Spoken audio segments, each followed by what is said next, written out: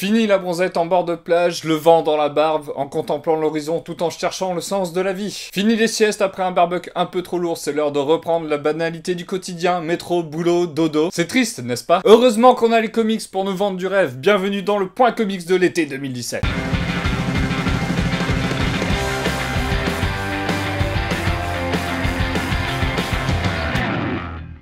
Wanted, Mark Millar, J.J. Jones.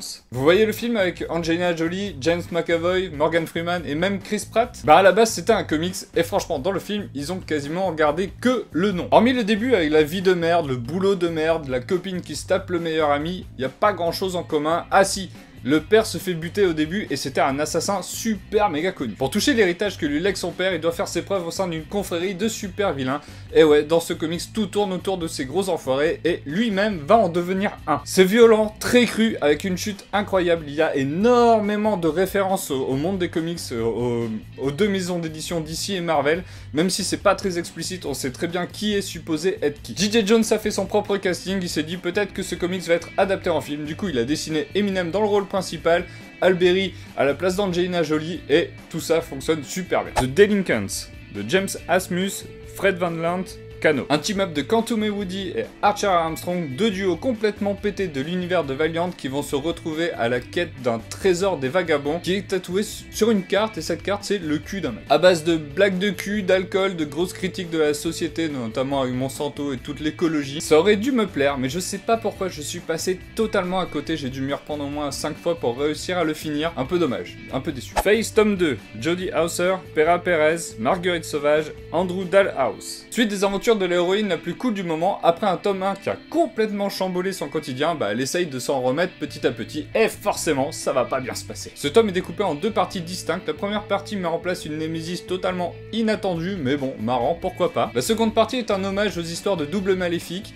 ça se passe pendant une Comic-Con, une convention, et tout ce que j'ai adoré dedans, c'est vraiment tous les conseils qui ont été donnés pour survivre au sein d'une Comic-Con, et même l'histoire en elle-même est plutôt cool, bien trouvée, c'était beaucoup plus sympa que la première partie à lire. Anecdote, on a rencontré Pera Perez pour partir en livre, il était de passage sur Bordeaux, j'ai même animé une conférence avec lui. Ce mec est blasant, super gentil, beau gosse, fan d'arts martiaux et pratiquant depuis super longtemps, il dessine hyper bien, il est tout ce que j'aurais voulu être. On a même passé une méga soirée à parler de Avatar, Korra et de films d'arts martiaux, bref, ce mec, il est trop cool. L'Enfeuse de Troie, tome 1, Arleston, Tarquin. Bienvenue dans le monde de Troie où tout le monde a des pouvoirs magiques, des petits pouvoirs magiques, et il se trouve que l'Enfeust, un forgeron qui fait fondre le métal, va se retrouver lié à une quête totalement inattendue, car quand il touche un objet, il a un pouvoir absolu, limite un dieu. Pour comprendre ce qui se passe, il va partir avec Nicolette, un sage, et ses deux filles au caractère complètement différent. L'une est sage et réfléchie, fiancée de l'Enfeustre, l'autre, Sixie, est totalement dévergondée et sexy, et aimerait bien se taper l'Enfeustre. Alors oui, Sixie, c'est l'atout over sexy de la BD, ça peut même en être dérangeant tellement c'est fanservice, mais bon, on aimerait tous avoir une prétendante qui nous sort un tel jeu de séduction. En dehors de ce côté complètement assumé qui peut en déranger certains, moi j'ai passé un bon moment. Superman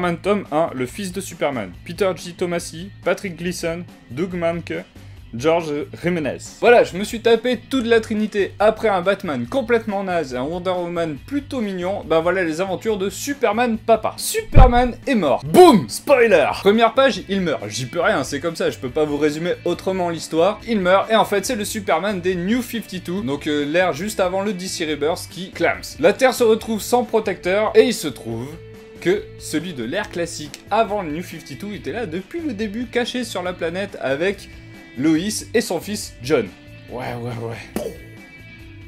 Il considère que le monde ne peut pas survivre sans le symbole de Superman, alors il décide de reprendre le flambeau et il va devoir se faire accepter par la population terrestre, mais aussi par Justice League. Et en plus de ça, le petit John commence à avoir des pouvoirs, il n'arrive pas forcément à les maîtriser, donc il va falloir qu'il apprenne à gérer tout ça. Très bonne lecture dans l'ensemble, même si on a le côté absolument pas original de « Ah, c'est pas un pur sang kryptonien, il faut le buter », truc qu'on avait déjà eu dans Superboy et même dans Smallville. En dehors de ce côté un petit peu décevant de l'histoire, le dessin fonctionne à merveille, et personnellement j'ai adoré un petit passage où John voit Wonder Woman et Batman non pas du côté fanboy, mais du côté impressionnant qu'ils peuvent dégager, et ça c'était top. Invincible, tome 1. Robert Kirkman, Cory Walker. C'est l'histoire du fils du plus grand super-héros de la planète, un alien protecteur de la Terre au pouvoir démesuré.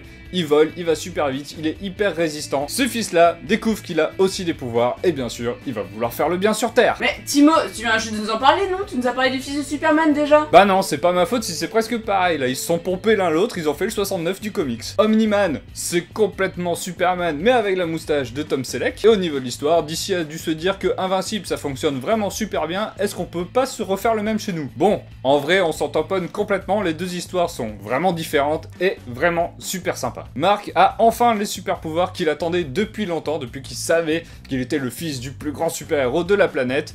Il est au lycée, et il va vouloir faire le bien sur la planète. Un premier tome léger, bon enfant, qui met en place un univers qui va s'avérer très violent et impitoyable d'après ce que j'ai lu des critiques. Dans cette saga, quand un héros meurt, il meurt pour de bon. Les méchants, quand ils gagnent, ils font pas semblant. Bref, moi, ça m'a vraiment accroché, j'ai hâte de lire la suite. Walking Dead, tome 27. Kirkman, Adler, Godiano, Rasburn. Bon voilà, c'est le gros caca again, et un point de vue super intéressant sur la fragilité des alliances. Qu'est-ce qu'on fait quand un voisin demande de l'aide? Est-ce qu'on vient l'aider complètement? Est-ce qu'on s'en toponne? Est-ce qu'on envoie une petite partie en se disant si, on est venu aider, mais quand même, nous on est plus important? C'est vraiment super intéressant. Les chuchoteurs passent donc à l'attaque, mais ça va être encore plus le bordel le tome suivant. Negan devient vraiment de plus en plus intéressant, c'est assez ouf l'écriture de ce personnage, franchement gros coup de cœur. Ben voilà, c'est fini, mes lectures de l'été ont été vraiment très agréables, grosse mention quand même pour Invincible que je connaissais absolument pas, je sais pas comment j'ai fait pour passer à côté de cette série qui a maintenant plus de 24 tomes je crois, mais bon, mieux vaut tard que jamais. Je sais pas si vous en avez lu certains, ce que vous en avez pensé, si vous êtes d'accord avec moi ou non. Dans tous les cas, dites-le en commentaire. Nous, on se retrouve très bientôt pour une nouvelle vidéo. Je vous fais des gros bisous.